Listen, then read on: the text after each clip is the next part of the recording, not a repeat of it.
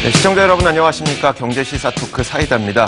정부가 집값을 잡기 위한 여러 가지 대책들을 끊임없이 내놓고 있습니다. 자, 그런데 생각을 해보면요. 세상에 집값을 잡는 것만큼 어려운 게 있을까요? 만약에 집값을 잡는다면서 부동산 가격을 떨어뜨리게 된다면 세상에 좋아할 사람이 그렇게 많지는 않을 것 같고요. 만약에 집값이 고정되어 있다면 그렇다면 부동산 거래가 일어날까요? 만약에 부동산 거래가 일어나지 않게 된다면 우리나라 베이비 부머 세대들의 대부분이 부동산에 돈이 묶여 있다 보니까 결국 어느 누구도 돈을 쓸 수 없는 상황에 처하게 됩니다. 결국 경제에 악영향을 미치게 된다는 거죠. 자, 그래서 우리는 집값을 잡는다는 것을 가격을 오르고 내리는 것으로 이해를 하는 것보다는 내가 사는 집이 임대가 됐든 아니면 자가가 됐든 간에 주거의 안정화를 꾀할 수 있느냐, 이 개념으로 좀 이해를 해야 될 것 같습니다. 자, 이제 투기 세력을 잡겠다는 파리 부동산 대책이 발표된 지 100일이 지났습니다. 과연 주거 안정화 측면에서 어느 정도의 효과가 있었는지 뒤돌아보는 시간을 갖도록 하겠습니다. 경제시사 토크 사이다 출발합니다.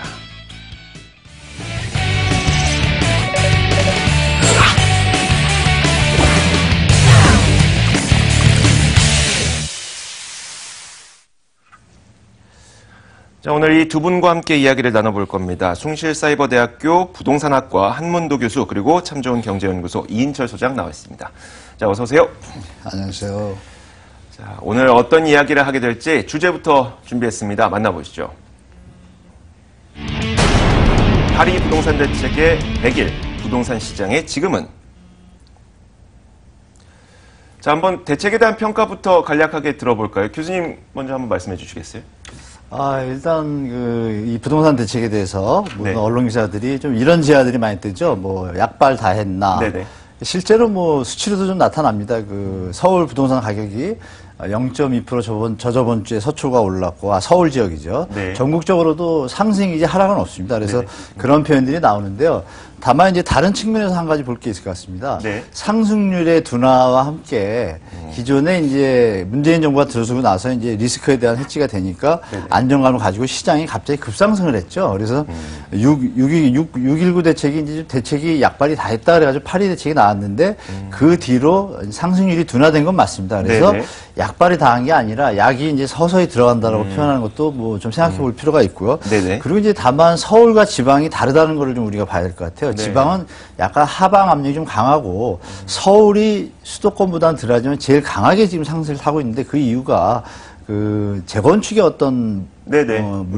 멸실 물량과 그리고 이제 결정적으로 입주 물량과 공급 물량의 차이 이런 부분 때문에 부득이하게 규제와 상관없이 네. 상승할 수밖에 없는 여건이 돼 있어요. 그래서 제가 볼 때는 약발이 서서히 그냥 천천히 스며들고 있다. 그래서 이 효과가 단기간에 판단할 것이 아니라 그렇죠. 내년 한 중반까지 좀 가서 판단하는 것도 좋을 것 같습니다. 네, 알겠습니다. 자, 이인철 소장님의 평가도 한번 들어볼까요? 일단 절반의 성공이다라고 이제 볼 수 있습니다. 일단 파리 부동산 대책의 목표가 이 투기와의 전쟁이었습니다. 파리 부동산 대책이 대출, 청약제도, 재건축의 지위 양도 금지라는 이제 여러 가지를 막는 종합 처방이었습니다. 그렇게 보면 사실 일부 투기 지역에서 다주택자들이 빚을 내서 갭 투자하는 것은 사실 불가능해졌습니다. 네. 금융 규제로 인해서. 이게 이제 정부 역시 이게 파리 부동산 대책의 핵심이다라는 점에서 이제 긍정적 평가를 하고 있는 게 사실이고요. 하지만 이 부작용도 만만치가 않습니다. 일단 대책이 주요 이제 공급적인 측면보다 이제 수요를 좀 억제하는 정책에 초점을 맞추다 보니까 네. 거래량이 많이 줄어들고 있습니다. 매매든 전월세든 거래량이 줄고 있다라는 건 그만큼 나중에 부작용, 스프링처럼 튀어오르는 효과가 나타날 수 있다라는 겁니다. 그래서 이 적절한 거래가 이루어져야 되는데 워낙센 규제를 잇따라 발표하고 앞으로 또 순차적으로 이제 적용이 됩니다. 그러다 보니까 매매든 전세든 거래를 그렇게 꺼리고 있다라는 거는 풀어야 될 문제고요. 이러다 보니까 이제 거래 절벽 얘기가 나오고 있는데 이거는 사실 내수 측면에서도 경기 측면에서도 그다지 좋지 않은 시그널입니다.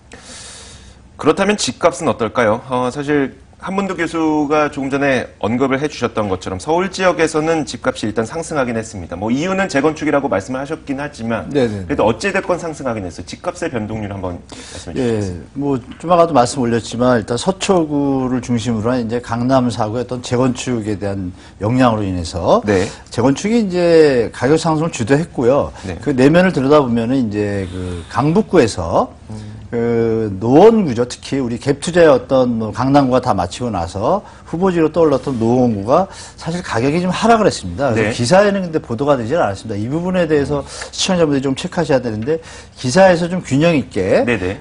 하락한 지역과 상승한 지역을 또 어떤 원인도 해줘야 되는데 그러니까 강북 지역의 어떤 노원구의 어떤 개발학 정도가 어느 정도 한 5천만 원 정도 들었습니다. 상계주공 1단지가 2억 5천 정도 가는 게 한 2억 500 수준으로 거래가 됐어요. 상당히 네. 폭이 크죠. 그래서 네. 그 부분을 상쇄할 정도로 재건축 단지의 어떤 물량이나 실제 볼륨의 가치가 더 강북에 비해서 그 아파트의 가격이 그 비싸지 않습니까? 네네. 그다음에 이렇게 전체적으로 보면은 재건축의 어떤 강남 가격이 올라가면 강북 가격이 올라간 것보다 더 배가하는 효과가 있습니다. 그래서 이런 부분을 종합해 보면 아 우리가 지역별로 서울에서도 서울 전체로 올랐지만 지역별로도 양극화가 일어나고 있다는 사실에 대해서 우리가 좀 주목할 필요가 있는 것 같습니다. 네, 알겠습니다. 근데 정부에서 이런 대책을 내놨을 때에는 사실 뭐 집값이 우리가 뭐 1년에 몇 %만 올리겠습니다. 이런 게 물가 상승률에 대비해서 얘기를 하고 있긴 하지만 이걸 완전 철칙으로 만들고 있는 건 아니잖아요, 사실. 그래서 어느 정도의 상승률만 좀 우리가 허용하겠다 이야기긴 한데, 원래 하고 싶었던 것은 투기 세력 잡는 거였어요. 투기 세력 잡는 것에 대해서는 어떤 평가가 나오고 있어요? 네? 투기 세력 잡는 것에 대해서는 얼마나 어떤 평가가 나오고 있어요? 저는 일단 성공했다고 봅니다. 일단 그 현장을 가보면 정확히 알 수 있는데요. 이 송파구 강남구 현장에 보면은 이 매수자가 거의 실종이 됐답니다. 네. 그럼에도 불구하고 가격이 오르는 것은 뭐냐면 매도자도 좀 급감한 것입니다. 이 표현에 대해서 이제 다주택자 버티기란 표현들로 이제 기사가 되고 평가들을 하고 있는데요.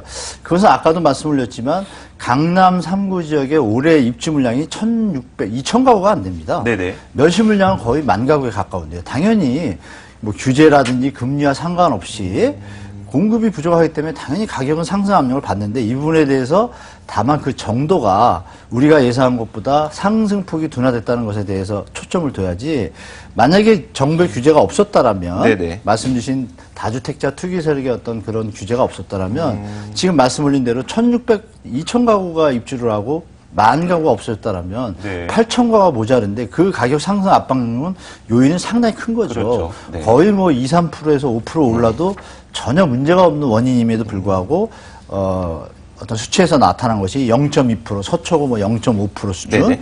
이런 걸로 볼 때 우리가 투기 세력을 잠재워야겠다는 어떤 정부의 의지는 스며들고 있어서 현장에서 네네. 녹아나고 있다고 판단하는 게 좋을 것 같습니다. 네, 알겠습니다. 한국은행에서도 이제 파리부동산 대책으로 투기 수요가 감소한 것으로 보고 있다고 하는데 이게 통화신용 정책 보고서를 보면 나와요, 소장님? 그렇습니다.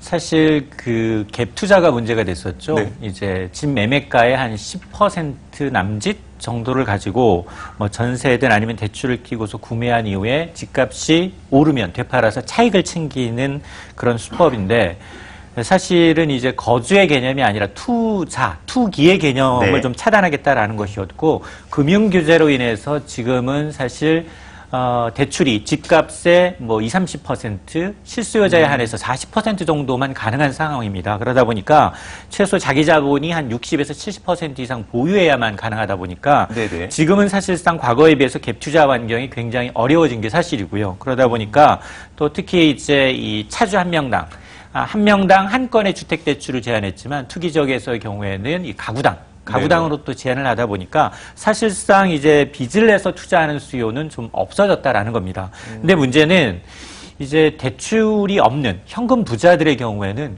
굉장히 이제 투자 환경이 좋아졌다는 겁니다. 왜냐하면 강남 재건축과 같은 이 신규 분양 시장에서 현금을 많이 갖고 있으면 은행이 대출 안 갖고도 자녀한테 쉽게 사줄 수 있는 여력이 된 거죠. 네. 오히려 알짜 매물을 현금 부자들이 이제 위주로 시장이 재편되다 보니까 쉽게 이제 이 신규 청약에서 이른바 이 로또라는 청약 당첨되기만 하면 로또라는 얘기가 나올 정도로. 왜냐하면 지금 사실 이 서울 지역에서는 분양가 상한제가 뭐 적용되지 전부터 사실은 주택보증공사에서 보증을 안 해주고 있습니다. 어지간한 네네. 이제 임금보다 분양가가 비싼 경우에는. 그러다 보니까 신규 이 청약 지역에서는 뭐 수십 대 1, 수백 대 1의 경쟁률이 나타나고 있는데 거품이 빠졌는데도 불구하고 수십 대 1, 수백 대 1의 경쟁률이 나타나고 있다는 건 그만큼 투기 이 세력은 잡았지만 빚을 내는 투기 세력은 잡았지만 현금을 갖고 있는 투기 세력은 아직도 남아 있다는 겁니다. 그리고 실수요자도 많이 포함이 돼 있고요. 이러다 보니까 갭 투자는 잡았지만 현금 부자들의 알짜 부동산 쇼핑 기회는 더 많아졌다라는 이 부의 대물림은 차단하지 못했다라는 지적이 나올 수 있는 대목입니다. 알겠습니다. 물론 부의 대물림까지 차단을 할 수 있으면은 감정적으로는 좋겠으나 또 경제 상황을 살펴봤을 때는 또 그렇게 좋다고 말할 수는 없어요. 강남에 있는 강남 4구 주요 분양단지 이야기를 한번 해볼게요. 사실 여기의 가격 상승이 사실 집값 상승이니까 서울 지역 집값 상승을 주도했다고 봐도 과언이 아닐 텐데 교수님께서 아까 말씀하셨던 게 10,000가구가 사라지는데 공급되는 물량이 2,000가구밖에 안 된다. 그럼 나머지 8,000가구가 어디 가서 사냐? 그러면 그만큼의 가격 상승분은 있을 수밖에 없지만 사실 부동산 대책으로 인해서 그 정도 가격 상승까지 나타나지 않았다. 그러니까 효과가 있다라고 보시긴 하셨는데 사실 이 지역들의 그 가격 상승 요인들이 또 여러 가지가 있더라고요. 사람들이 안전자산이라는 인식, 여기는 사면 맞습니다. 떨어지지 않는다. 이 인식하고 또 한 가지가 분양가를 그 주택보증기금에서 보증을 안 써준다고 하면서 분양가를 낮춰라라고 하니까 여기 하면 대박이다 이런 인식 때문에 또 그렇다면서요? 네, 맞습니다. 지금 말씀 주신 게 뭐 기본적인 우리 뭐 투자자 저뿐이 아니라 일반인들도 강남의 희소성과 뭐 유효수요 이런 것들은 다 알 것입니다. 그래서 누구나 가고 싶어 하는 곳이기 때문에 지속적인 공급이나 어떤 그것은 뭐 부인할 수 없는 거죠. 다만 요번 올해 같은 경우와 작년 같은 경우는 특히나 아까 말씀 올린 대로 공급의 어떤 불균형으로 인해서 더 상승 압력이 있는데 규제로 인해서 조금 다운된 건 있습니다. 근데 결정적으로 추가적으로 말씀드릴 게 기억나시는지 모르겠는데 6.19 대책을 발표하고 나서 2주 있다가 7월 초부터 다시 부동산 가격이 상승했습니다. 특히 강남 상가. 그건 뭐냐면 박원순 시장이 6월 29일인가 30일 날 영동 지하 대도시 계획을 발표를 했어요. 그게 이제 언론이나 보도에서는 많이 나오지 않았습니다. 사실 그 내용이 강남에 사시는 분들은 아시겠지만 강남 도로를 가다 보면요. 거의 뭐 500에서 1km마다 현수막이 붙어 있습니다. 아직까지도. 6월 30일 날 붙은 게 7월, 8월, 9월, 10월, 11월 4, 5개월이 지났음에도 그 현수막이 없어지지 않고 있습니다. 그것은 지나간 사람이 보던 거기에 거주하시는 분이 보던 팔고 싶지 않죠. 당연히 수요는 더 늘고 공급은 부족하니까 압박이 있을 거고 그다음에 이제 또 서초구까지 또 겹쳐집니다. 얼마 전에 서초구의 그 경부고속도로 지하화 계획이 또 다시 한번 이제 어떻게 보면 시작을 했죠. 시작을 알렸습니다. 그래서 그것이 서초구가 저저번 주 2주 연속 강남구에서 제일 많이 올랐거든요. 그럼 이런 호재들이 등장을 하지 않습니까? 게다가 결정적으로 또 이 음마 아파트가 35층 재건축의 어떤 그것을 받아들이지 않았습니까? 그것은 뭘 의미하냐면 재건축 시장에 50층과 35층을 갖고 서울의 2030 플랜을 가지고 다투다가 결국은 재건축 단지들이 확인해 보니까 50층으로 높은 것도 좋지만 그 어떤 그 사업의 효율성을 볼 때 서울시가 반대를 하고 있으니까 기간의 금융비용을 계산해 보면 35층과 차이가 가구수가 그렇게 많이 안 나거든요, 현장들이. 그러면 35층을 됐을 때 벌어지는 일은 뭐냐면 이제 제대로 35층이지만 사업이 진행되겠구나라는 어떤 사업의 진행에 대한 확신을 갖게 되죠. 그렇다면 누구든지 주거 계획을 세울 수가 있습니다. 이것이 분양을 지금 받으면 2년 반 뒤엔 받을 수 있겠다. 이런 계획이 되기 때문에 공급이 또 이제 공급은 정해져 있지만 수요가 이제 확정되니까 수요가 늘어나게 되지 않습니까? 이런 호재들이 많기 때문에 강남의 가격 상승은 당분간 계속될 수 있고 추가적으로 한 가지 말씀드릴 게 2018년 말에 송파 헬리오시티가 만세대가 들어옵니다. 가락동에요. 그 세대를 필두로 해서 19년, 20년, 21년에 고덕지구와 강남 개포지구들이 연달아 들어와요. 그래서 제가 볼 땐 강남 3구의 집값 상승의 압력은 2018년까지는 계속 되지만 19년부터는 조금 둔화될 것이고 20년 들어가면 어쩌면 어떤 뭐 하방 압력도 약간 받지 않을까 이런 걸 좀 감안해서 강남을 보셔야지 지금만 오른다고 계속 뭐 1000년, 2000년 이런 개념은 조금은 좀 자제하는 게 좋을 것 같습니다. 사실은 이제 규제의 역설이라고도 할 수 있는데요. 지금 사실은 이 강남 재건축에 대해서는 정부가 파리 대책 를 통해서 재건축을 지금을 사면 매수하게 네네. 되면 사실은 지위 양도가 불가능합니다. 그럼요. 여기에다가 내년부터는 재건축 이 초과이익 환수제라고 해서 네네. 3천만 원을 초과하는 이득에 대해서는 50% 이상 양도세를 물어야 합니다. 네네. 그러다 보니까 재건축 시장은 거의 지금 거의 하지 못하는 상황이거든요. 근데 재건축 사업이라는 게 한번 첫 삽을 뜨기 시작하겠다. 조합이 설립되고 난 다음에 입주하는데 10년 이상 걸립니다. 그렇죠. 네. 그럼에도 불구하고 지금 강남 집값이 오른 이유는 크게 세 가지입니다. 앞서 지적을 해주셨지만 일단 공급이 수요를 따라가지 못한다. 강남에 입성하려는 수요는 전국구입니다. 네. 하물며 제주도에서조차도 부자들은 강남에 집 한 채쯤은 있어야 부자 아닌가라는 얘기를 할 정도로 이 강남에 대한 어떤 신규 공급이 재건축기에는 거의 불가능한 지역임에도 불구하고 재건축에 대한 시장 진입 자체를 좀 막아놨고요. 네. 이러다 보니까 새 아파트뿐만이 아니라 기존 아파트까지 가격이 천정부지로 치솟고 있다는 겁니다. 또 하나가 교육, 쇼핑, 교통, 문화, 인프라가 완벽하게 갖춰진 도시가 강남을 대체할 만한 도시가 없다는 겁니다. 네. 그리고 여기에다 세 번째가 학습효과입니다. 이 버블7이라고 해서 버블7만은 잡겠다라고 버텨왔지만 오히려 더 튀었거든요. 네. 그러다 보니까 이번에도 현금 부자들은 자유롭게 강남 입성이 가능하지만 지금 정말 대출받고 강남에 입성하는 건 어려워졌구나. 이런 인식 때문에 규제가 적용되기 이전에 하려는 수요들, 그런 수요들이 이제 신규 분양시장에 많이 대거 참여하다 보니까 오히려 이런 희소성이 더 부각이 되고 있는데 사실 지금 법을 위반하는 정치인들 대부분의 3명 중 1명이 강남의 집을 갖고 있거든요. 그렇죠. 네. 전문직, 정부 고위 관료들 대부분 강남의 집을 갖고 있으면서도 강남을 잡겠다라고 하니 이걸 믿을 사람들이 어디 있겠습니까? 네. 사실 그래서 저희가 더 정부에서 내놓는 부동산 대책을 단순히 집값의 개념보다는 주거 안정화의 개념을 좀 더 이해를 할 필요가 있을 것 같긴 한데 이렇게 대책이 나오는 것들을 보면은 일단 그 부동산 전매를 제한한다는 거, 그러니까 부동산 분양권을 팔 수는 없게 한다는 것은 좀 그래도 바람직해 보이긴 하지만 대출을 못 받게 한다든지 혹은 그 대출의 규모를 줄여준다든지 이런 것들은 실제 현금이 부족한 실수요자들에게는 오히려 독이 되기도 하거든요. 실수요자가 대책 때문에 집을 못 사고 있다는 평가가 나오고 있어서 여기는 어떻게 생각하십니까? 지난달 기준 서울의 평균 아파트 가격이 6억 8천만 원입니다. 네. 6억 8천만 원을 현금 주고 살 수 있는 사람은 거의 없습니다. 전문직, 금수저 이른바 네. 그리고 대기업 임원 정도를 빼고는 거의 불가능합니다.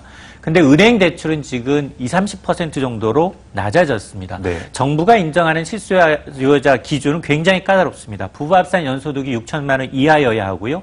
주택 가격이 6억 원 이하여야 합니다. 그리고 무주택자라는 세 가지 조건을 충족했을 경우에 한해서 금융규제, LTV와 DTI가 40%입니다.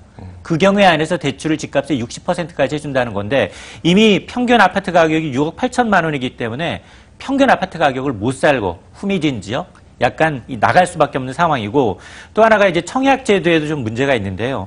청약제도를 실수요자제도로 개편한다라고 하면서 이제 85제곱미터 이하의 경우에는 이제 가점제를 하다 보니까 네. 가점제라는 게 이제 굉장히 무주택 기간이며 자녀며 이런 게 지금 가점제에 포함이 됩니다. 네네. 이러다 보니까 정말 신혼부부, 독신자들 이런 부분은 청약에서 아예 배제가 되고 있다는 겁니다. 집장만 하기가 더더욱 어려워지고 있다는 게 이게 이번 규제에서 나타나는 그리고 아마 이달 말 발표 예정인 이제 주거복지 로드맵에서 이런 실수요자를 어떻게 구제할지에 대해서 좀 담아내야 될 내용입니다. 네, 알겠습니다.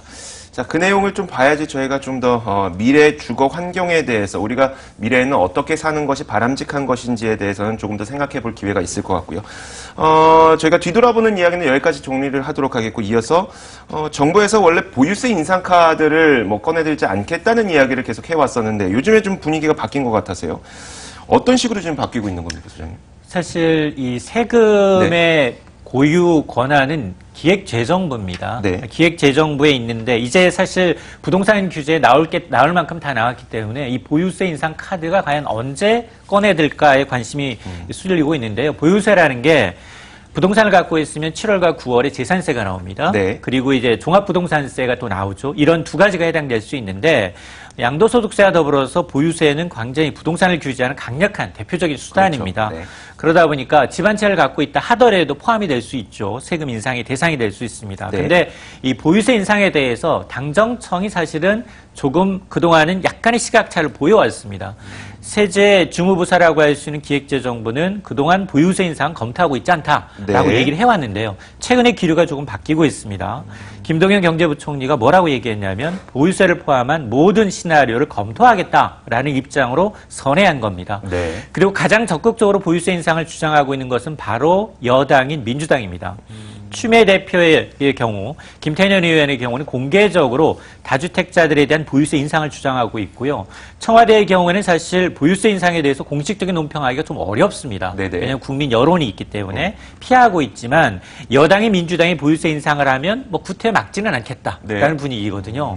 뭐 사실 집권 5년간 복지에 들어가는 이 재원들 마련을 위해서는 이 재원 마련이 절실한 상황에서 보유세 인상이 필요하다면 하겠다라는 거고 또 세계적인 추이를 들고 있습니다. 세계적인 추이가 거래세 부담은 좀 줄이면서도 보유세 부담을 늘리고 있거든요. 네. 근데 우리는 역행하고 있거든요. 그러다 보니까 이 거래세가 우리는 오히려 더 많고 보유세가 낮다라는 걸 부각시키면서 오히려 당위성을 내비치고 있는데 내년 6월 이제 지방선거를 이제 D-Day로 해서 아마 그 이전까지는 여론을 좀 형성한 여론몰이를 형성한 이후에 아마 시행이나 아니면 법적인 논의는 아마 그 이후에 이루어질 개연성이 높습니다. 네, 알겠습니다. 사실 지금까지의 부동산 대책들은 새로 집을 장만하려고 할 때 혹은 한 채 집을 갖고 있는 사람들이 두 번째 집을 장만하려고 할 때에 대한 규제를 강화시켰기 때문에 원래 사려고 했던 사람은 이제 안 사지 뭐 이렇게 하면 되지만 보유세라고 하는 것은 내가 이미 집을 갖고 있는데 이 세금을 갑자기 올려버린다고 하니까 국민적 반발이 굉장히 클 수 있을 것 같거든요.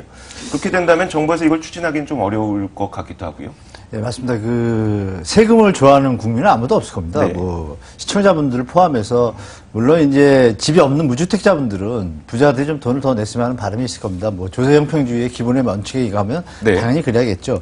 근데 이제 정부의 입장이 보유세에 대한 어떤 조세 저항에 대해서 이미 판단을 했고요. 네. 그것을 이제 아까 우리 소장님 말씀 주신 것처럼 어떤 여론이나 이런 것들의 어떤 분위기를 충분히 숙지한 다음에 사회의 어떤 반발의 어떤 그런 걸 누그러뜨려야 되는데 결정적으로 6월에 지방선거가 있지 않습니까? 그 부분에 대해서 보유세를 인상한다는 것은 어떤 정확한 데이터가 없는 상태에서 압박을 오기 때문에 국민들이 좋아할 사람이 없기 때문에 네네. 표에 영향이 있겠죠. 그래서 제가 볼 때는 말씀 주신 대로 6월 이후에 이제 하는 방향으로 이제 진행을 할 텐데 네. 근데 우리가 이제 한 가지 짚어볼 게 있습니다. 우리 그 전국 토지의 1%는 전국 토지의 그 상위 1% 사람들이 55%를 갖고 있고요.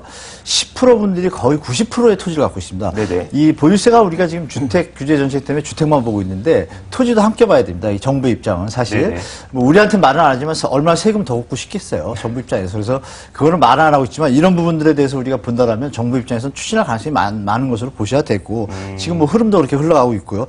주택도 보면은 그 상위 10%의 사람들이 50만 좀 넘는 가구를 갖고 있습니다. 네네. 그러면 주택의 30%를 상위 10% 갖고 있다는 얘기예요. 그래서 이것도 양극화 현상이 벌어지고 있습니다. 그래서 개인적으로 볼 때는 보유세가 1가구 1주택자분들 입장에서 아니 그냥 아주 기본적인데 여기다 세금을 많이 좀 네네. 기분 나쁘죠. 그래서 제가 볼 때는 정부에서 핀셋 많이 얘기하지 않습니까? 네.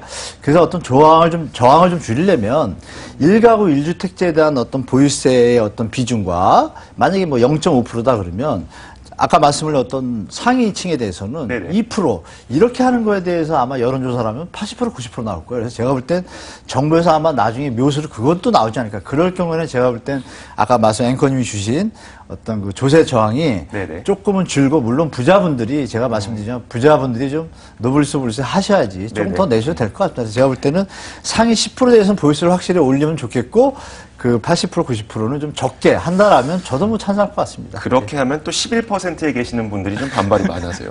이게 많이 버셨잖아요. 그 보유세 인상에 대해서 좀 뭐라고 할까요? 세법적인 논란의 여지도 좀 있어서요. 왜냐하면 사실 보유세 인상이라고 하는 것은 부동산은 우리가 팔기 전에 현금이 아니지 않습니까? 근데 이 사람은 나중에 이 부동산을 팔게 됐을 때 큰 돈을 벌 것이니 거기에 대한 세금을 내세요가 사실 보유세 인상이기 때문에 사실 이거는 미실현 이익에 대한 세금을 또 걷는 거예요. 그러니까 내가 손에 쥐지도 않은 돈에 대해서 세금을 또 걷는 거다 보니까 세법에 그 관련된 논란도 좀 있을 수가 있을 것 같아요. 맞습니다. 일단 저 개인적인 네네. 생각은 지금 뭐 어떤 국민의 여론을 이제 여론 눈치 보기에 따라서 이제 보유세 인상 카드를 흘렸다를 네. 하고 있는데 사실은 보유세는 굉장히 미미해요. 예를 들어서 집 한 채를 갖고 있는데 뭐 아까 이제 서울 지역의 평균 아파트 가격이 6억 8천만 원이라고 하는데 네. 보유세는 1년에 한 80만 원 남짓 나오거든요. 그러니까 여기서 10%, 20%를 인상한다 하더라도 굉장히 미미해요. 근데 정신적인 충격 그리고 인상한다라는 것 때문에 그렇지. 네. 근데 사실 거래세는 엄청납니다. 그렇죠. 왜냐하면 6억 8천만 원짜리 집을 거래하게 되면 세금이 1,200만 원, 1,300만 원 나와요. 네, 그렇죠. 1,800만 원까지 나오기 때문에 야 이게 거래세 비중을 줄이고 보유세로 가는 거는 맞는 트렌드거든요. 네. 그럼에도 불구하고 이제 지금 내가 집을 구매할 때는 당장 자기의 어떤 이 집을 꼭 필요한 절실함 때문에 세금을 내면서도 아 세금이 많다라고 욕을 하면서도 이게 왜 많지? 왜냐하면 그 기한이 있기 때문에 당연히 내야 된다라고 생각을 하지만 네. 보유세의 경우에는 사실 뭐 일회성이 아니라 매년 7월과 9월에 나눠서 내다 보니까 그렇죠. 우리 체감이 굉장히 이제 높아 보이는데 오히려 저는 개인적으로 선진국의 이 시스템에 맞춰서 우리나라의 세제 시스템은 양도세, 양대 차익에 대해서는 다 과감하게 세금을 높이고 보유세의 경우에도 당연히 높여야 되는 게 맞다고 봅니다. 그렇지 않을 경우에는 계속해서 왜냐하면 지금 시중에 있는 유동자금이 거의 1,000조 원이 넘습니다. 이런 네. 유동자금은 금리가 높다라고 하면 당연히 은행으로 가겠죠. 네. 주식시장이 좋다고 하면 주식시장으로 갈 겁니다. 근데 지금 부동산 시장의 수익률이 강남이 좋다고 그러니까 강남으로 쏠리는 거예요. 근데 강남 집을 산다 하더라도 양도세가 높고 보유세가 높다. 그걸 손익비행기점을 해봤더니 별 효력이 없네? 라고 하면 투기적인 자금은 차단될 수 있다는 겁니다. 때문에 세제라는 건 물론 공평해야 되겠지만 특히나 이제 1주택자와 다주택자는 좀 구별해야 되겠지만 요율은 달리한다 하더라도 저의 개인적인 생각은 부동산 투기를 조금 부동산 시장에서 빼는 가수요를 빼는 가장 좋은 수단은 보유세 인상 대신에 거래세는 낮추는 방향으로 가야 한다는 겁니다. 네, 알겠습니다. 뭐 방향이 틀린 건 아닌 것 같고요. 방향은 맞지만 그 세부적으로 좀 더 조정해야 될 부분들이 있다는 의견으로 좀 받도록 하겠습니다. 오늘 여기까지만 이야기를 하도록 하죠. 자, 참 좋은 경제연구소 이인철 소장과 그리고 숭실사이버대학교 부동산학과 한문도 교수와 함께 이야기를 나눠봤습니다. 자, 오늘 말씀 고맙습니다. 자, 오늘의 이슈도 짚어드리도록 하겠습니다. 이슈 파노라마 함께 하시죠.